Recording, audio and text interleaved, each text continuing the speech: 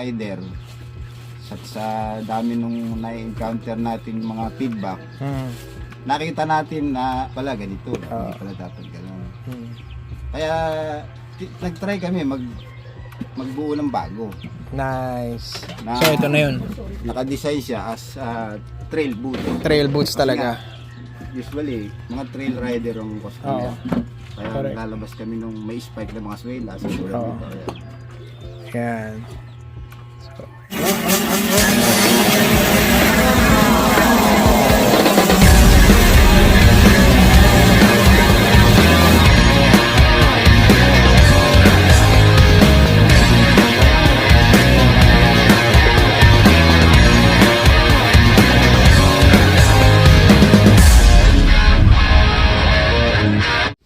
what's up everyone? This is Coach Sam Tamayo and I'm here in San Mateo Rizal and Bong De La Cruz Racing Boots Repair, and I just want to feature some local guys. I've met him from the community maybe 10 years ago and nakapagpagawa na ako sa kanya. I was able to have some stuffs made by him. So he's really skilled and talented. So let's go.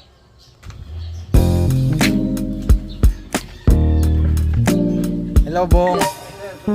Ito yung etong icon ng motocross boots. So Bong, sabi ko mga 10 years ago nung nagpagawa ako sa iyo noon naalala mo pa ba yun? 2013. Tanda ko yun. So 2024 na ngayon lang ako. Maraming Boots na pinagawa. na na-pick up namin sa lahat. Bago pa lang yung race track nyo doon. Oo, yeah. Yung dinidevelop nyo, napupunta na ako roon. Yung mga Okay. mga pakarera niya, sinudsud-sud pa ng Talaga? roader yun ng araw. Laki-laki pa nung race track doon, napupunta na ako roon. Oo.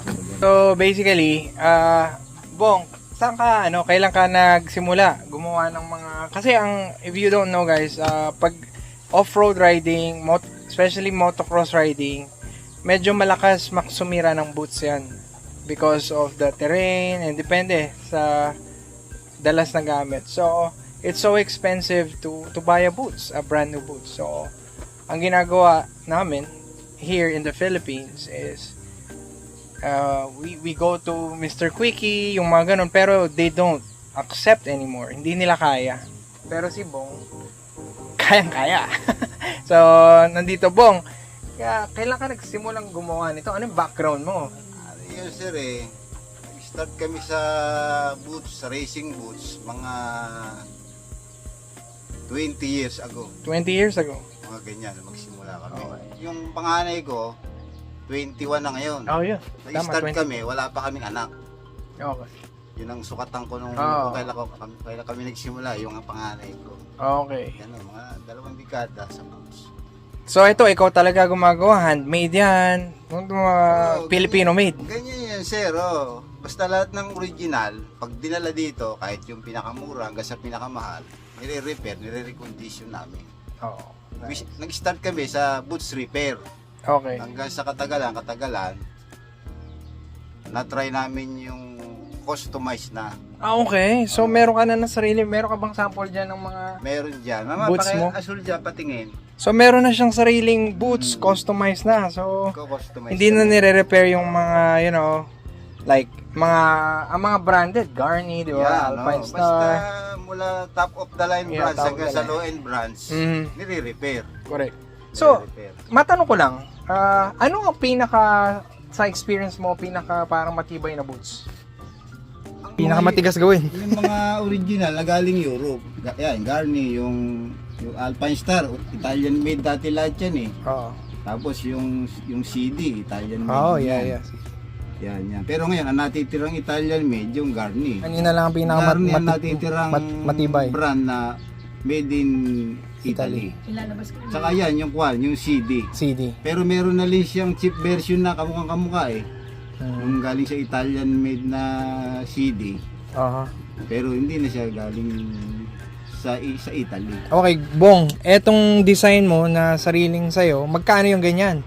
Ang customize namin, ang bigay namin ng bago, napasadya Ito po, boss. Mga nireklamo is 7K. 7K. Oo. Okay. Kasi itong bandang huli kasi, lalo yung mga trail riders, naghahanap na sila ng matibay.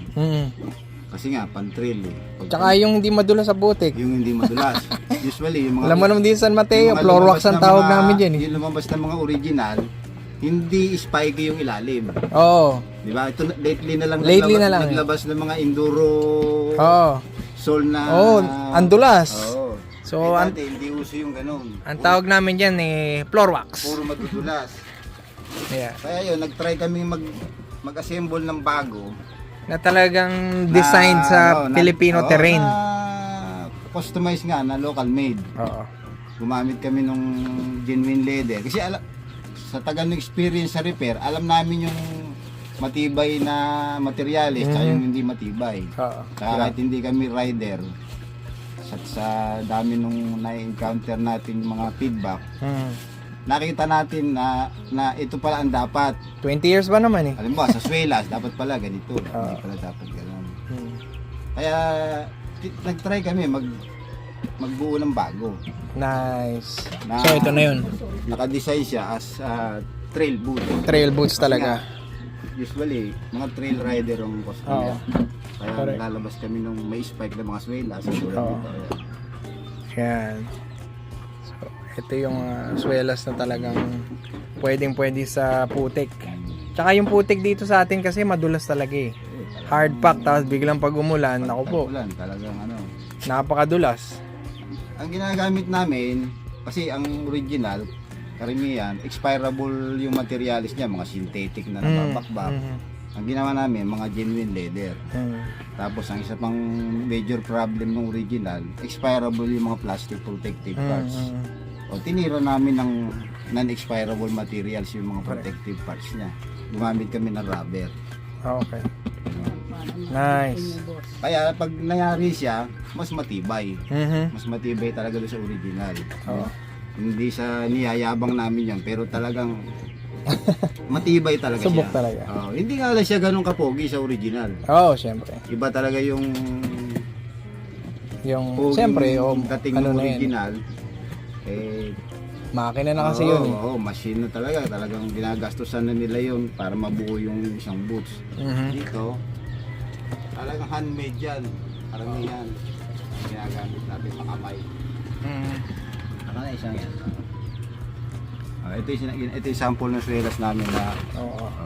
ginagamit namin yan sa customize tsaka sa sole replacement.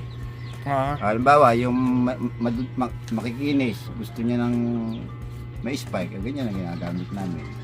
Ayos. Nice. So Bong, maraming salamat at lalagay ko na lang yung address mo. Kapag gusto ka nilang i-ano, meron akong kopya eh. Salamat. So ito yan, family business nila, support natin. And actually dapat lalamove lang usapan namin. Sabi ko kaso lang parang gusto kong i-feature kasi we have audience from around the world. Not just the Philippines, but I'm proud to have Filipino made, handmade. That's durable and reliable. It may not be so fancy and looking like the mainstream brands, but you can count on this brand kasi 20 years of repairing, they know the material that is really good. My experience, so yep. Alright, thank you Bong ha. Salamat, sir. Salamat. Pasyal. Sige. Parating kayo dito sa... Yeah, Bong. Thank you Bong. Thank you. Ito, ready to pick up na raw. Talagang full support ang may bahay ni Bong and after repair na to. Nice. Ito, sir. Tingnan mo ito. Ito yung sira. Oo nga Ito na yung Yan naman. Ganyan ang mangyayari. ganyan mangyayari. Galing.